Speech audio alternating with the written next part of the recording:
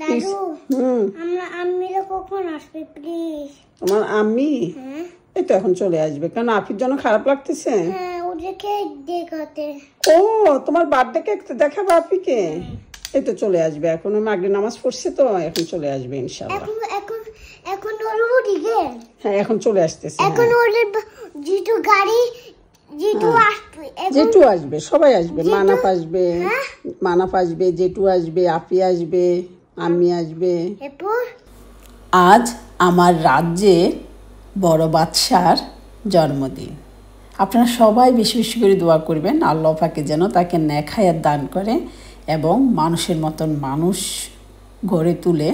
আর একটা জিনিস বেশি বেশি করে দোয়া করবেন যেন আমরা এই খ্রিস্টান দেশে বাচ্চাদেরকে বড় করছি যেন আমাদের ইসলামিক মাইন্ড নিয়ে তাদেরকে বড় করতে পারি, যেমন আমাদের ইসলামিক সব কিছু যেন তাদের মধ্যে থাকে।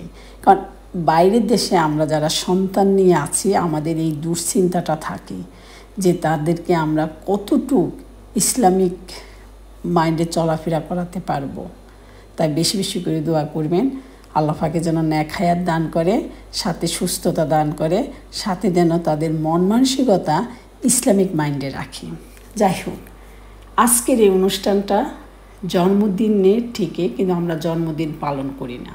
শুধু আমাদের দুইটা পরিবার একসাথে হওয়ার জন্য আমরা এইসব দিনগুলোকে স্মরণ করি।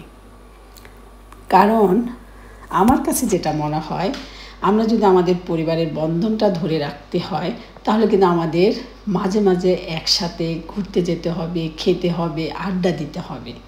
কারণ কথাবার্তা বলার মাধ্যমে আমাদের পরিবারের বন্ধনটা অটল থাকে। শুরুতে দেখছেন না তার জন্মদিনের কেকটা সে তার আপিকে, আম্মিকে, জেঠুকে দেখানোর জন্য অস্থির হয়ে আছে। বিশ্বাস করেন আমাকে কতবার জিজ্ঞেস করছে যে কখন আসবে, কখন আসবে, কখন আসবে। এই যে একটা তার ভালোবাসা জেঠু, আম্মি তার চাচাতো বোনের প্রতি, ঝাড়তো বোনের প্রতি, এটা কিন্তু আমাদের বড়দের থেকে তারা শিখছে।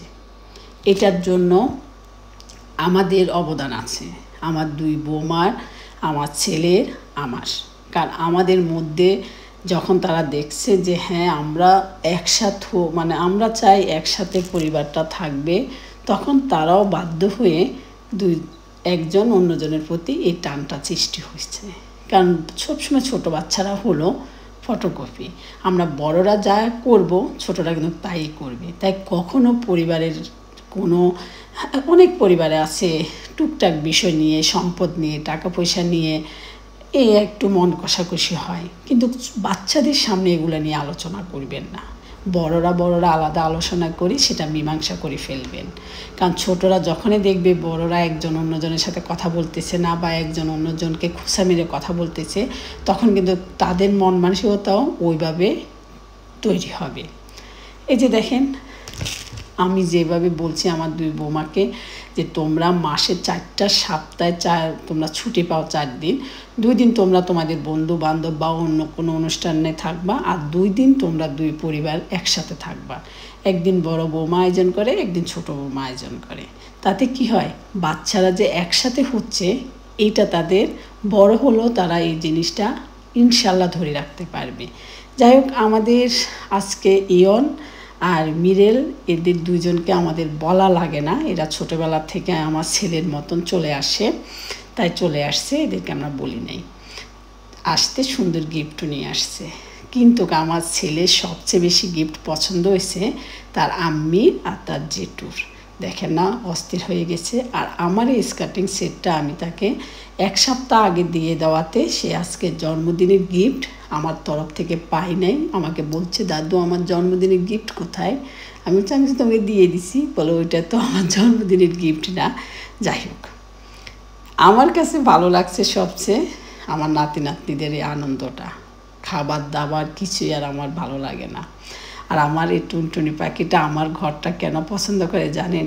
এখানে আমার একটু 1-2টা লিপস্টিক আছে, সেইগুলা ধরবে। যদি বলি যে না এগুলা তো বড়দের, ছোটদের না, তখন আবার রেখে দেয়।